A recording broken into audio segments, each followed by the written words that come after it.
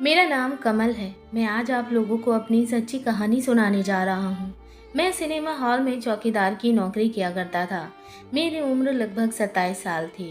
मेरी फैमिली दूसरे शहर में रहती थी और मैं यहाँ से काम करके अपनी फैमिली को पैसे भेज दिया करता था। मैं पढ़ा लिखा भी नहीं था, जिसकी वजह से मुझे कोई अच्छी नौकरी मिल सकती थी। दिल्ली शहर के सिनेमा हॉल में चौकीदार की नौकरी किया करता था और किराए पर मैंने एक कमरा लिया हुआ था। महीना हो जाता तो किराया चुका देता था और खाना होटल में खा लिया करता था। मेरा सारा टाइम ज़्यादातर सिनेमा हॉल में ही गुजरता था। सुबह से लेकर मुझे रात हो जाती थी चौकीदार की नौकरी करते करते। उसके बाद रात को अपने कमरे पर जाकर सो जाता था। फिर दूसरे दिन को मेरा वही रूटीन होता था। आज भी रोज़ की तरह मैं अपनी ड्यूटी कर रहा था। शो पूरा हो जाने के बाद मैं वॉशरूम चला गया था, क्योंकि जब शो पूरा हो जाता था तब मुझे उन पर ध्यान रखना होता था। लेकिन अब शो पूरा हो चुका था और सारे लोग बाहर निकल चुके थे, इसलिए मैं वॉशरूम की तरफ चला गया था। ड्यूटी के टाइम पर मेरा अपना कोई भी पर्सनल काम नहीं हो पाता था। सच में चौकीदार की नौकरी करना बड़े ही जिम्मेदारी का काम होता है। ये बात मुझे अब चौकीदार की नौकरी करते हुए समझ आ रही थी। अभी मुझे वॉशरूम गए हुए लगभग 5 से भी कम मिनट का टाइम हुआ था कि पार्किंग की साइड से गुजर कर गेट की तरफ जा रहा था। तब मुझे किसी की रोने की आवाज़ आने लगी। रोने की आवाज़ सुनकर मैं चौंक गया था। मैंने चारों तरफ देखा, लेकिन मुझे कोई भी नज़र नहीं आ रहा था। मगर पार्किंग की जगह पर कोई भी नहीं था। मैं अपना वहम समझकर कदम आगे बढ़ाने लगा, मगर थोड़ी ही देर के बाद मुझे फिर से ज़ोर ज़ोर से रोने की आवाज़ आने लगी। अब की बार रोने की आवाज़ तेज़ हो गई थी और आवाज़ कोने वाली कार की तरफ से आ रही थी। मैं भागता हुआ कार की तरफ गया और देखने लगा कि रोने की आवाज़ कहाँ से आ रही है। मैंने चारों तरफ देखा और हर एक कार के अंदर झांक कर देखा, मगर मुझे कोई नज़र नहीं आ रहा था। तभी मुझे एक कार के नीचे से किसी के पैर नज़र आए। मैंने कार के नीचे झांक कर देखा तो कार के नीचे कोई लेटा हुआ था। मैंने देखा कि कार के नीचे कोई लड़की छुपी हुई थी और बड़ी सहमी हुई नज़र आ रही थी। वो तो अच्छा हुआ कि मुझे उसके थोड़े से पैर बाहर निकलते हुए दिखाई दे गए थे, वरना मैं तो उसे ढूंढता ही रह जाता कि न जाने किसके रोने की आवाज़ आ रही है। वो लड़की बुरी तरीके से रो रही थी और उसके रोने की आवाज़ मेरे कानों में गूंज रही थी। उसे देखकर साफ लग रहा था कि वो बहुत डरी हुई थी। मैंने उसे कहा कि बाहर निकलो। जब उसने मेरी आवाज़ सुनी तो वो खामोश हो गई और मेरी आवाज़ सुनकर वो और भी ज़्यादा डर गई। तभी मैंने उसे तसल्ली दी और कहा कि बाहर निकलो, डरो मत मैडम, मैं यहाँ का चौकीदार हूँ, लेकिन बाहर तो निकलो। इस तरह से कार के नीचे छुपे रहने से तुम्हारी परेशानी हल नहीं होगी। मैं तुम्हारी मदद कर सकता हूँ, मैं कोई बुरा इंसान नहीं हूँ। मैंने जब यह सब कहा तो वो धीरे धीरे बाहर निकलने की कोशिश करने लगी। उसकी हालत ठीक नहीं थी। वो इधर उधर देखते हुए कहने लगी, क्या सब लोग चले गए हैं? अब यहाँ पर तो कोई नहीं आएगा ना? वो लड़की ना जाने कैसी कैसी बातें कर रही थी और ना जाने किस बात से तसल्ली करना चाह रही थी। मैं उसको साइड पर ले गया और बैठने के लिए चेयर दी। अब जबकि शो आधे घंटे बाद का था, इसलिए मेरे पास उससे बात करने के लिए लगभग आधे घंटे का टाइम था। मैंने उसे कहा कि तुम फिक्र मत करो, सब लोग चले गए हैं। लगभग आधे घंटे के बाद फिल्म का नेक्स्ट शो होने वाला है और आप कौन हो? आप इतनी डरी हुई क्यों हो? मुझे बताओ, यहाँ की पुलिस तुम्हारी ज़रूर मदद करेगी। मैंने उस लड़की से बड़े प्यार से कहा। यह बात कही तो मेरी इतनी हमदर्दी देखकर उसके तो आंसू निकलने लगे। तभी मुझे उस लड़की पर रहम आ गया और मैं उसके लिए पानी की बोतल लेने चला गया। मैंने उसे पानी पीने के लिए कहा। पानी पीने के बाद वो लड़की थोड़ा नॉर्मल हुई थी, लेकिन उसकी हालत बड़ी अजीब सी हो रही थी। ऐसा लग रहा था जैसे वो काफ़ी भाग दौड़ करके आ रही है। उसके लंबे लंबे बाल बिखरे हुए थे और उसके चेहरे पर बहुत पसीना आ रहा था। मैंने अपनी पैंट की जेब से निकालकर उसे अपना रुमाल पसीना साफ करने के लिए दे दिया। मैंने कहा, ये लो और अपना चेहरा साफ कर लो, आपका चेहरा बहुत गंदा हो रहा है। और मुझे तसल्ली से बताओ कि आपको कहाँ जाना है और मैं आपकी किस तरह से मदद कर सकता हूँ। आप जिस तरह से कहोगी मैं वैसे ही आपकी मदद कर दूंगा। वो लड़की कहने लगी कि मेरा तो इस शहर में कोई भी नहीं है, जबकि मेरा इस दुनिया में भी कोई नहीं है। मैंने कहा, जब आपका कोई नहीं है तो फिर आप यहाँ पर किस तरह से आई हो? तब वो लड़की कहने लगी, मेरी किस्मत मुझे यहाँ तक लेकर आई है कि मैं अपने ही घर से निकलने पर मजबूर हो गई। मैं इस शहर की नहीं हूँ, मैं दूसरे शहर में रहती थी। मैं एक अनाथ लड़की हूँ और इसलिए अनाथ आश्रम में रहती थी। अनाथ आश्रम में मुझसे कहा गया था कि एक फैमिली को केयर टेकर की ज़रूरत है, इसलिए उन लोगों ने मुझे भेजने का फ़ैसला कर लिया था। मैं भी खुश हो गई थी कि चलो मैं अपना भी कुछ काम कर सकती थी। इसलिए वो फैमिली मुझे यहाँ पर दिल्ली लेकर आ गई और उन लोगों ने मुझे अपने बच्चे संभालने के लिए दे दिए। मैं दिन रात उनके बच्चों को संभालती थी। जिस घर में मुझे केयर टेकर की नौकरी के लिए रखा गया था, वहाँ की मालकिन तो बहुत अच्छी थी और बहुत रहमदिल औरत थी। मालकिन ने हमेशा से ही मेरी मदद की। मैं यहाँ आकर बहुत खुश हो गई थी क्योंकि मुझे इस फैमिली के घर में कोई प्रॉब्लम नहीं थी। मैं उनके बच्चों का अच्छे तरीके से ख्याल रख रही थी। इसी वजह से मालकिन खुश होकर मुझे काफ़ी सारे पैसे भी दे दिया करती थी। मुझे यहाँ पर नौकरी करते हुए लगभग 2 महीने हो गए थे। मैं अपनी मालकिन के दिए हुए पैसों से शॉपिंग भी कर लेती थी और अपने लिए अच्छे अच्छे कपड़े खरीद लेती थी। मुझे उस घर में टाइम से खाना भी दिया जाता था और रहने के लिए कमरा भी दे दिया गया था। मुझे इस घर में काम करते हुए किसी तरह की कोई भी परेशानी नहीं थी, बल्कि मैं यहाँ बहुत खुशी खुशी रह रही थी। मेरी मालकिन का पति अमेरिका में नौकरी करता था। कुछ दिनों के लिए वो अपने घर पर आया था। एक रात मेरी तबीयत ठीक नहीं थी और मैं अपने रूम में लेटी हुई थी, इसलिए मैं बच्चों का ध्यान भी नहीं रख पा रही थी। उधर मालकिन अपने पति के आने में बिजी हो गई थी।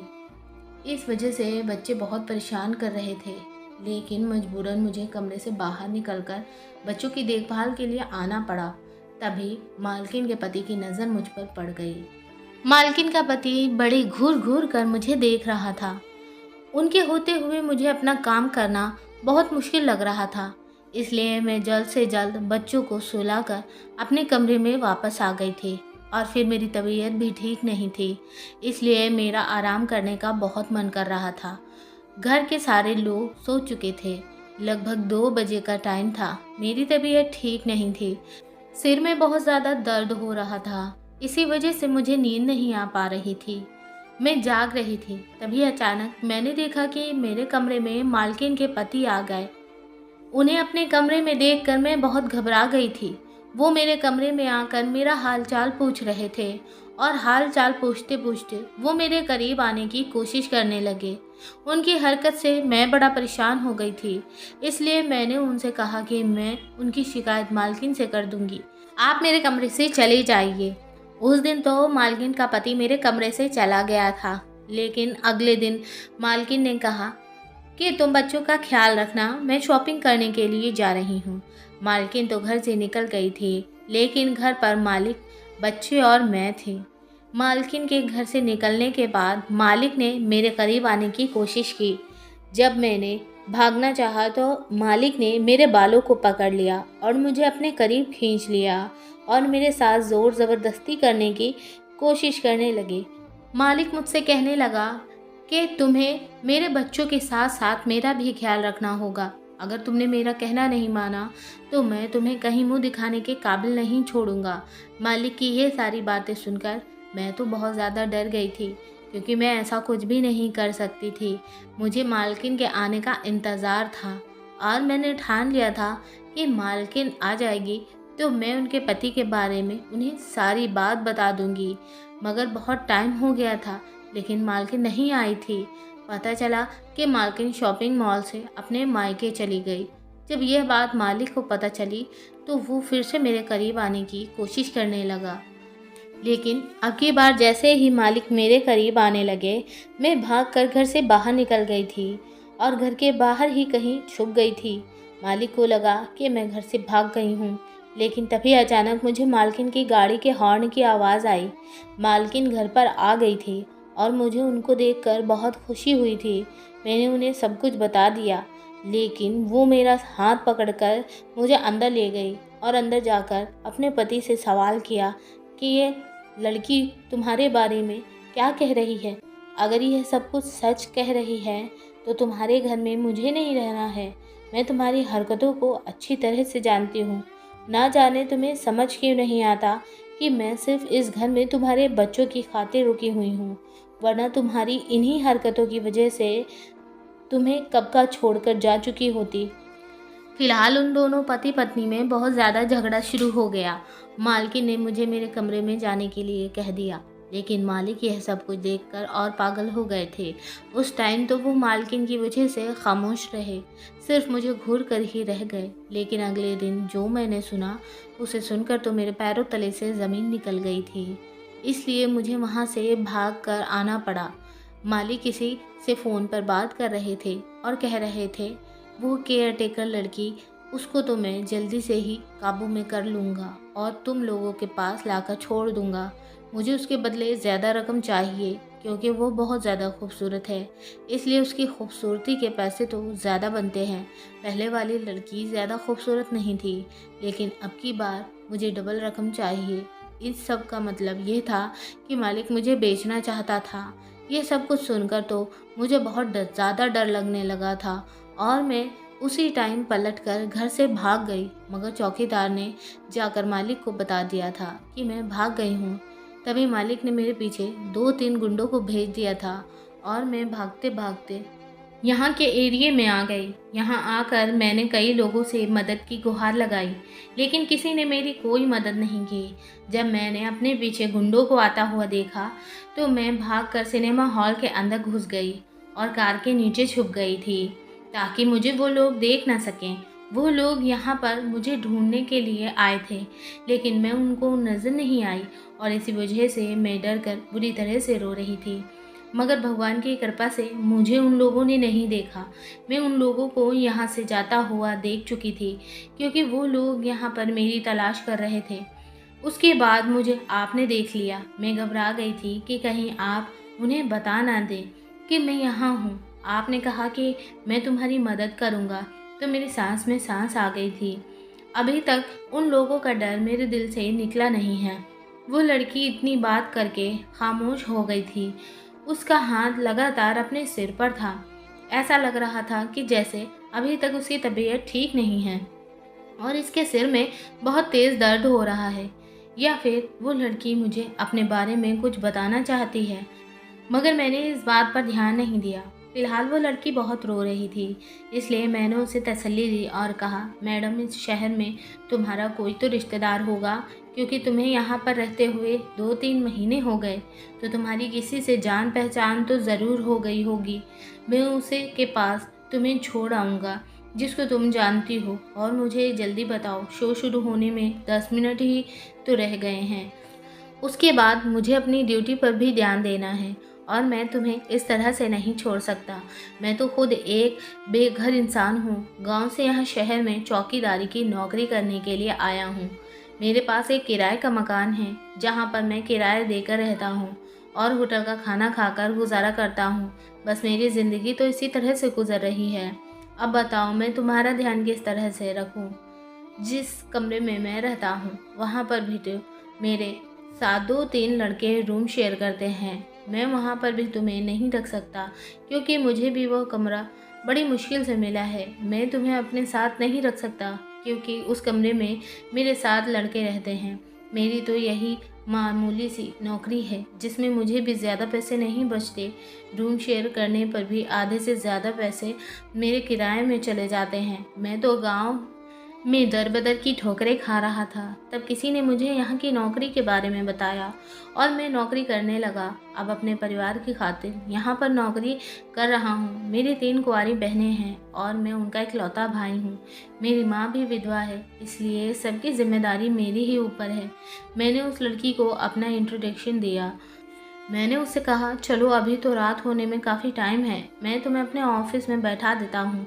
थोड़ी देर के बाद जब मेरी ड्यूटी ऑफ हो जाएगी, तो तब देखूंगा कि तुम्हारा क्या करना है। ये कहकर मैं उसे ऑफिस में ले गया और वो बैठ गई। उसके बाद मैं अपनी ड्यूटी करने के लिए गेट पर चला गया था, मगर मैं लगातार लड़की के बारे में ही सोच रहा था और मेरा ध्यान उसी लड़की की तरफ ही पड़ा हुआ था कि आखिर मैं इस लड़की का क्या करूं। हालांकि वो लड़की मेरी जान पहचान की नहीं थी, लेकिन फिर भी मुझे उसकी बहुत फिक्र हो रही थी। अब जब मैं उसे जुबान दे चुका था कि मैं तुम्हारी मदद करूंगा, तो मुझे अपनी जिम्मेदारी निभानी थी। मैंने अपने फ्रेंड को कॉल की और इस लड़की के बारे में सब कुछ बता दिया, लेकिन मेरे फ्रेंड ने इस लड़की के बारे में मुझे बहुत गलत एडवाइस दी थी।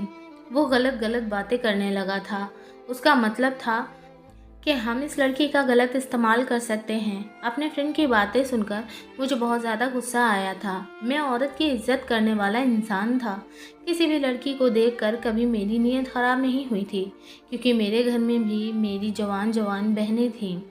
रात के लगभग 8 बजे मेरी ड्यूटी ऑफ हो गई थी। वो लड़की अभी तक ऑफिस में ही एक साइड को बैठी हुई थी और वो आंखें बंद करके नींद ले रही थी। जब मैंने उसे जगाया तो उसके चेहरे से डर साफ नज़र आ रहा था। मैंने उसे कहा कि चलो, मैं तुम्हें पुलिस स्टेशन ले चलता हूँ। वहाँ पुलिस तुम्हारी मदद करेगी, क्योंकि तुम्हारा यहाँ पर इस तरह से रहना बिल्कुल ठीक नहीं है। सारी रात पड़ी है, तुम कहाँ जाओगी? शहर का माहौल बहुत ख़राब है। मैं तुम्हें इस तरह से नहीं छोड़ सकता। मैं तुम्हें पुलिस के हवाले कर देता हूँ। तुम पुलिस को अपनी सारी परेशानी बता देना और पुलिस तुम्हारे ठिकाने तक तुम्हें पहुंचा देगी। वो लड़की कहने लगी, नहीं नहीं प्लीज़, मुझे पुलिस के पास मत लेकर जाओ। मुझे पुलिस से बहुत डर लगता है। उसकी आंखों में ये कहकर आंसू आ गए। मैं सोचने लगा कि अब मैं क्या करूं, इसलिए मैंने उससे कहा कि चलो ठीक है, इस शहर में मेरी एक दूर की बहन रहती है, मैं तुम्हें उसके घर पर छोड़ आता हूं। वहां पर रात गुजार लेना, उसके बाद सुबह देखते हैं कि तुम्हारा क्या किया जाता है। हो सकता है कि सुबह तक कोई सोल्यूशन निकल आए।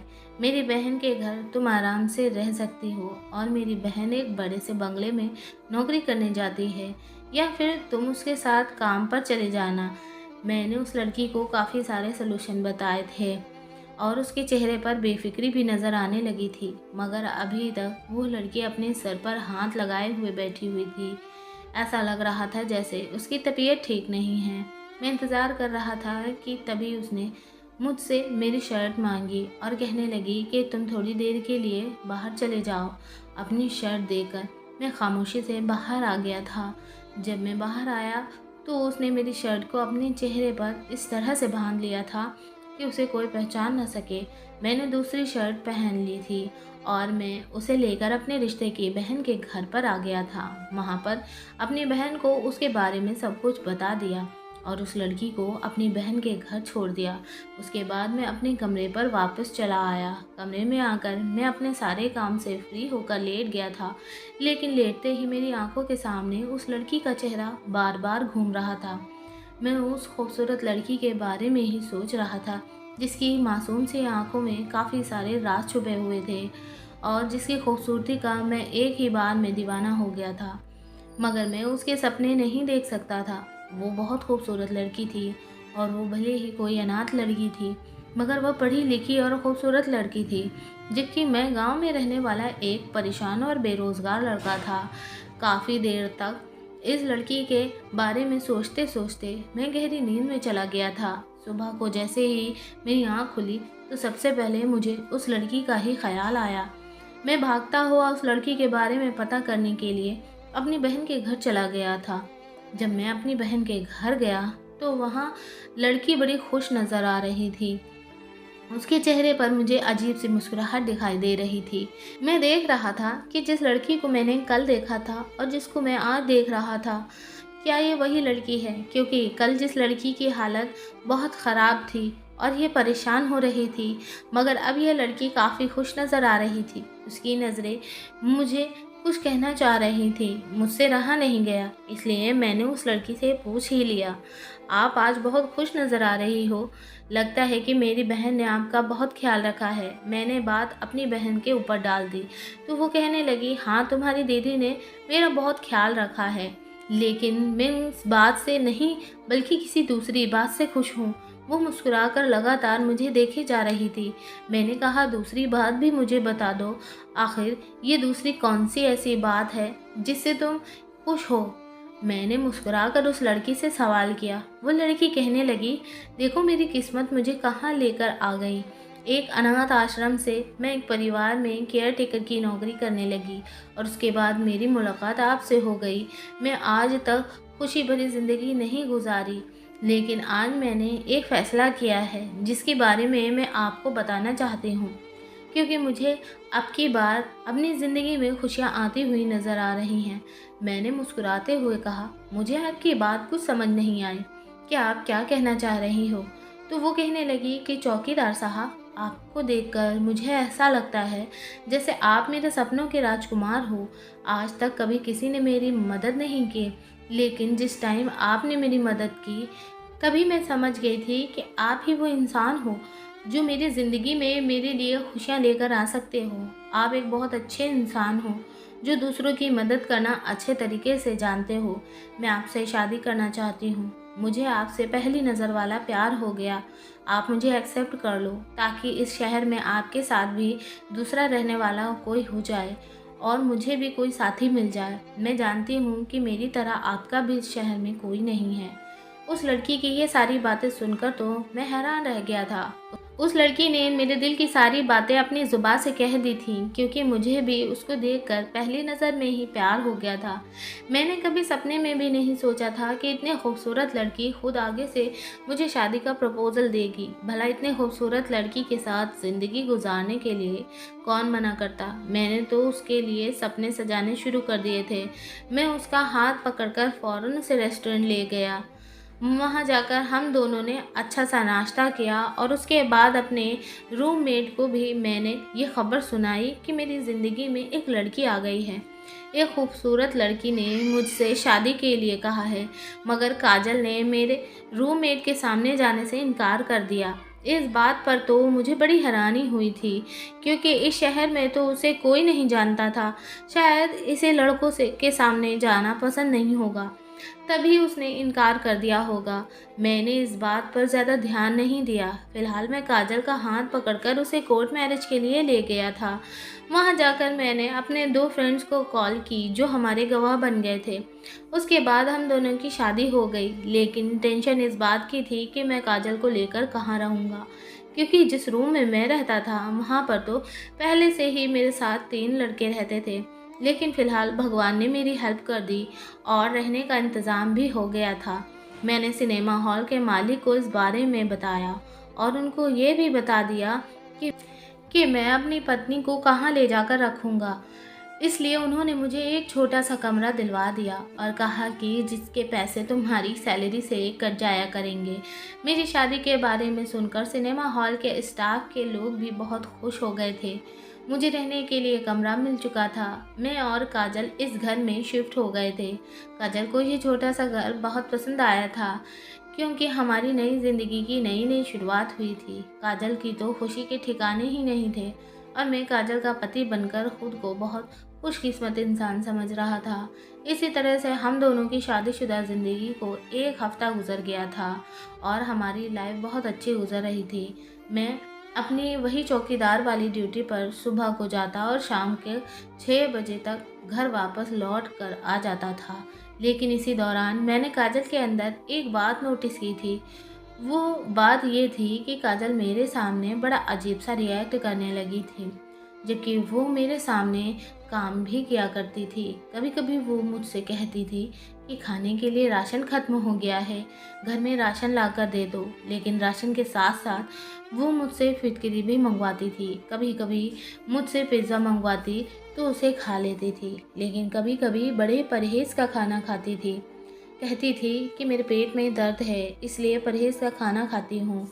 लेकिन वो मेरे साथ बैठकर खाना नहीं खाती थी, मुझे सर्व कर देती थी और उसके बाद खुद किसी न किसी काम में लग जाती थी।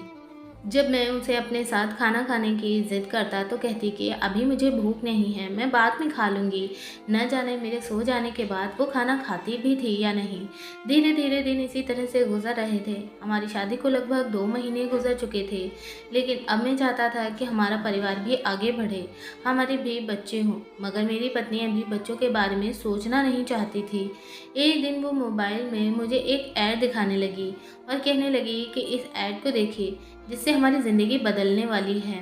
मैंने बड़ी हैरानी से काजल की तरफ देखा और कहा कि क्या मतलब है तुम्हारा? इस ऐड को देखने के बाद मेरी ज़िंदगी बदल जाएगी। उसने मोबाइल को बंद करके एक साइड में रख दिया और कहने लगी, अरे नहीं, ये विदेश में नौकरी का ऐड है। मैं मोबाइल देख रही थी तो ये ऐड आ गया। सोचा कि मैं तुम्हें भी दिखा दूँ। ज़्यादातर मैं विदेश के बारे में देखती रहती हूँ।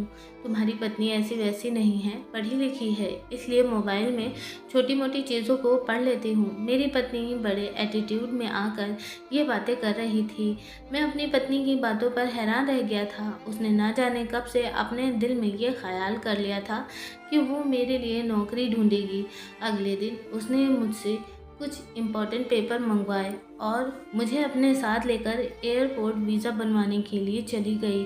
मुझे अपनी ड्यूटी पर जाने के लिए देर हो रही थी, इसलिए मैंने उसकी इस तरह के काम पर ध्यान नहीं दिया कि वो क्या कर रही है। वो मुझसे ज़्यादा पढ़ी थी, इसलिए मैंने ज़्यादा ध्यान नहीं दिया। मुझे लगा कि शायद वो कोई आईडी बनवा रही होगी। मैं अपनी पत्नी पर बहुत ज़्यादा भरोसा करता था, इसलिए उसकी छोटी छोटी इन हरकतों को इग्नोर करने की कोशिश किया करता था। लेकिन फ़िलहाल मुझे इतना पता था कि मेरी पत्नी मुझे दूसरी नौकरी पर लगवाने की जुगाड़ कर रही है। मेरी पत्नी पासपोर्ट ऑफिस से निकली तो बहुत ज़्यादा खुश नज़र आ रही थी। पूरे 1 महीने के अंदर ही अंदर मेरे वीज़ा का भी बंदोबस्त हो गया था। भगवान जाने ये सब वो किस तरह से कर रही थी, मगर जो भी हो रहा था मैं इस सब से बहुत ज़्यादा खुश था।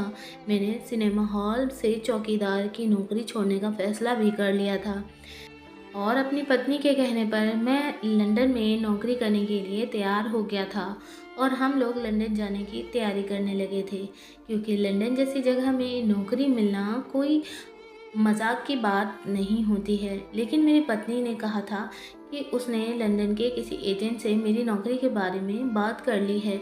मेरे सारे फ्रेंड्स मुझे बहुत खुशनसीब समझ रहे थे।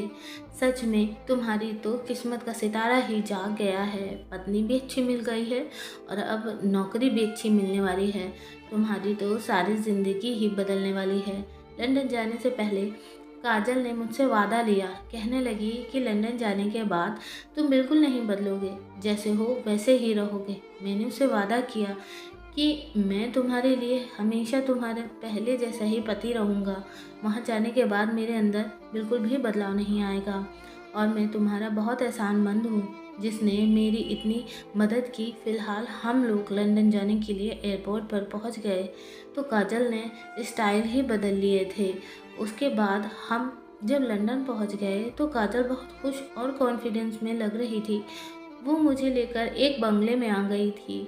ऐसा लग रहा था जैसे वो हर जगह के बारे में जानती है।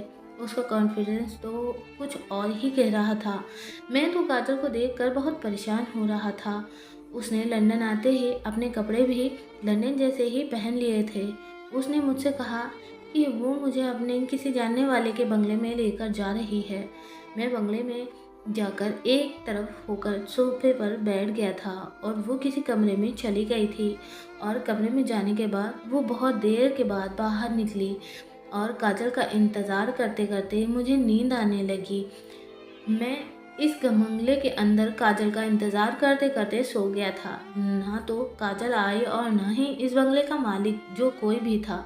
मुझे फ़िलहाल कुछ नहीं पता था और मैं काजल का इंतज़ार करते करते गहरी नींद में चला गया था। जब मेरी आंख खुली तो मैंने फिर से बंगले के अंदर खुद को अकेला पाया था। मैंने जाकर उस कमरे के अंदर देखा जिस कमरे में काजल गई थी, लेकिन उस कमरे के अंदर तो कोई भी नहीं था। मैं ये सब कुछ देखकर बहुत हैरान हो गया था और बाहर निकलकर काजल के आने का इंतज़ार करने लगा। मैं यहाँ लंदन के रास्ते के बारे में नहीं जानता था। मुझे यहाँ की किसी भी चीज़ के बारे में नहीं पता था। थोड़ी देर के बाद मैंने देखा कि काजल ने छोटे छोटे कपड़े पहने हुए थे और वो बंगले के गेट के बाहर आई तो वो बहुत खुश नज़र आ रही थी। मैं भी गेट के बाहर ही खड़ा हुआ था। मैं उसे देखकर बड़ा हैरान हो गया था। मुझे अपनी आंखों पर विश्वास नहीं हो रहा था कि वो यहाँ पर आकर कितनी चेंज हो गई थी। उसके इस तरह के छोटे छोटे कपड़े पहनने पर मुझे खुद को शर्मा रही थी। काजल ने कहा कि हम इसी बंगले में रहेंगे। ये मेरी एक जानने वाली फ्रेंड का बंगला है। वो इस बंगले से कहीं गई हुई है, इसलिए जब तक हम लोग यहाँ पर हैं इस बंगले में रह सकते हैं। मैं बंगले के अंदर चला गया और नहा धोकर मैं सोने के लिए लेट गया था, क्योंकि रात काफ़ी हो गई थी। लेकिन जब मेरी आँख आधी रात को खुली तो काजल अपना सर पकड़े हुए बैठी हुई थी, जबकि बेड पर साइड में एक पर्स रखा हुआ था। मेरी नज़र जैसे ही उस पर्स की खुली हुई जिप पर पड़ी तो ये देखकर मेरी आंखें फटी की फटी रह गई थी कि वो पर्स तो पैसों से भरा पड़ा था, जो कि लंदन की करेंसी के थे और कुछ पैसे हिंदुस्तानी करेंसी के थे। लेकिन इन पैसों का मतलब तो मेरी समझ में नहीं आया था, जबकि काजल की तबीयत ख़राब लग रही थी। मैंने काजल से कहा कि काजल, तुम्हें क्या हुआ है? तुम्हारी तबीयत तो ठीक है ना? काजल, मुझे ऐसा क्यों लग रहा है कि तुम यहाँ पर पहले भी आई हो। क्या तुम मुझसे कुछ छुपा रही हो? मुझे सच सच बता दो कि क्या बात है। ये तुम्हारी कौन सी जानने वाली या फिर कोई फ्रेंड है जिसके बंगले में हम रह रहे हैं? मैं बार बार काजल से सवाल कर रहा था, मगर काजल परेशान बैठी हुई थी। वो मुझसे कोई बात नहीं कर रही थी। जब काजल ने मेरी किसी भी बात का जवाब नहीं दिया तो मैं भी पलटकर सो गया था। सुबह जब मैं उठा तो मुझे काजल की तबीयत ठीक नहीं लग रही थी, इसलिए मैं उसे गोद में लेकर पास वाले अस्पताल में चला गया। मैं यहाँ के रास्ते नहीं जानता था, इसलिए मुझे करीब में अस्पताल नज़र आया तो मैं काजल को वहीं लेकर चला गया। वहाँ पर डॉक्टर ने काजल का ट्रीटमेंट किया और डॉक्टर मुझे बताने लगी कि यह मैडम ड्रग्स लेती हैं, इसलिए ड्रग्स इनके दिमाग पर सवार हो गई है, जिसकी वजह से उनके सिर में दर्द रहने लगा है। जब काजल होश में आई तो मैंने उसे सवाल किया कि तुमने मुझसे इतनी बड़ी बात कैसे छिपाई कि तुम ड्रग्स लेती हो। मैं जब काजल पर चिल्ला रहा था तो वहाँ के डॉक्टर मुझे बड़े गौर से देख रहे थे। डॉक्टर ने काजल से पूछा कि आप कब से ड्रग्स ले रही हो? यही बात मैंने भी काजल से पूछा। एक आदमी वहाँ बैठा हमको बड़ी गौर से देख रहा था। मैंने जाकर उससे पूछा, आपको कोई परेशानी है? मेरी ये बात सुनकर वो आदमी हंसने लगा और कहने लगा, तुम्हारी पत्नी कोई आम लड़की नहीं है। वो लंदन के एक बहुत बड़े बिजनेसमैन की बिगड़ी हुई बेटी है। उसने तुम्हें सिर्फ और सिर्फ इस्तेमाल किया है। उसने तुम्हें ही नहीं बल्कि जो कुछ तुम्हारे साथ हुआ है ऐसा मेरे साथ भी हुआ है। हाँ, बस फर्क इतना है कि मेरी उस लड़की के साथ शादी नहीं हुई थी। उसने मुझे अपने प्यार के जाल में फंसा लिया था। फिर मेरी बातें सुनकर वो आदमी मुझे तसल्ली देते हुए कहने लगा, यहाँ पर यही सब कुछ होता है। यहाँ की बिगड़ी हुई लड़कियाँ यहाँ से भाग जाती हैं और शहर शहर जाकर लड़कों को अपनी झांसे में फंसाकर यहाँ लेकर आ जाती हैं। या तो वह लड़कों को यहाँ लाने के बाद उन पर इल्ज़ाम लगाकर पुलिस के हवाले करवा देती हैं, या फिर उन्हें पागल साबित करके उन्हें पागल खाने में भिजवा देती हैं। क्या तुम जानते हो कि बिगड़ी हुई ये लड़कियाँ फिटकरी में ड्रग्स मिलाकर अलग अलग देशों में और वहाँ के अलग अलग शहर में नशा बेचने के लिए जाती हैं और ख़ुद भी ड्रग्स लेती हैं, क्योंकि लंदन में फिटकरी नहीं मिलती है, इसलिए ये लोग ज़्यादातर हिंदुस्तान जाकर फिटकरी ख़रीदते हैं और बहाने से वहाँ के लोगों को बहला फुसलाकर लंदन लाकर छोड़ देते हैं। और इसी तरह से नशा इन लोगों के दिमाग पर सवार हो जाता है। एक के बाद एक अमीर बिगड़ी हुई लड़कियां लड़कों को अपने जाल में फंसाती हैं। उस आदमी ने अपनी बात ख़त्म की तो काजल की एक एक बात मेरे दिमाग में घूमने लगी थी। काजल ने भी मेरा इस्तेमाल किया था, जबकि मैं तो उसकी खूबसूरती में दीवाना होकर यह भी भूल गया था कि यह खूबसूरत और लाचार लड़की मुझे कहीं ले ना डूबे। इतनी खूबसूरत लड़की मुझसे शादी करने पर क्यों राज़ी हो गई थी? मगर अब मैं क्या कर सकता था? मैं इस अनजान देश में किसी को जानता भी तो नहीं था और इस बारे में अभी मेरे माता पिता को भी कुछ भी नहीं पता था, इसलिए खामोशी से मैं इस पागल खाने में पड़ा हुआ था। लेकिन जब 2 महीने गुजर गए तो काजल मुझे यहाँ से लेने के लिए आई थी और वो रो रो कर मेरे सामने खड़े होकर मुझसे माफ़ी मांग रही थी। कह रही थी कि मैंने तुम्हारे साथ जो भी किया है मुझे उसके लिए माफ़ कर दो। मैं ये गलत काम करती थी क्योंकि मैं गलत संगतों में पड़ गई थी। काजल अपनी गलती पर बहुत शर्मिंदा थी, लेकिन मैंने उसे पूछा कि मुझे यह तो पता है कि तुम मुझे यहाँ पर क्यों और किस वजह से लेकर आई थी। अब मुझे ये भी बता दो कि तुम मुझे पागल खाने से छुड़वा कर क्यों लेने आई हो। काजल ने बताया कि तुम्हारे साथ गलत करने के बाद रोज़ मुझे अपनी गलती का एहसास होता था कि तुम मेरा कितना ख्याल रखते थे, तुमने मेरी कितनी मदद की थी। मैंने तुमसे झूठ बोला, फिर भी तुमने मेरी बात पर यकीन कर लिया था। मुझे मेरे फादर ने घर में कैद कर दिया था ताकि मैं अब इस तरह की हरकतें ना करूं। लेकिन रोज़ मुझे सपने में तुम नज़र आते थे और मैं देखती थी कि मेरी गलती की वजह से तुम बहुत ज़्यादा परेशान हो। इसलिए मैंने अपने फादर से कहा कि वो तुम्हें पागल खाने से छुड़वा दे। मैंने अपने फादर के आगे हाथ जोड़कर कहा कि आज के बाद मैं कोई गलत काम नहीं करूँगी, बस किसी तरह से तुम्हें पागल खाने से छुड़वा दे। मैं तुम्हारी पत्नी हूँ, मैं कसम खाती हूँ और वादा करती हूँ कि आज के बाद मैं कभी कोई गलत काम नहीं करूँगी। प्लीज़ तुम मुझे यहाँ से लेकर मुझे अपनी दुनिया में वापस ले चलो, जहाँ हमने अपनी ज़िंदगी की नई नई शुरुआत की थी। फ़िलहाल मैंने अपनी पत्नी को माफ़ कर दिया था, वो अपने किए पर बहुत शर्मिंदा थी।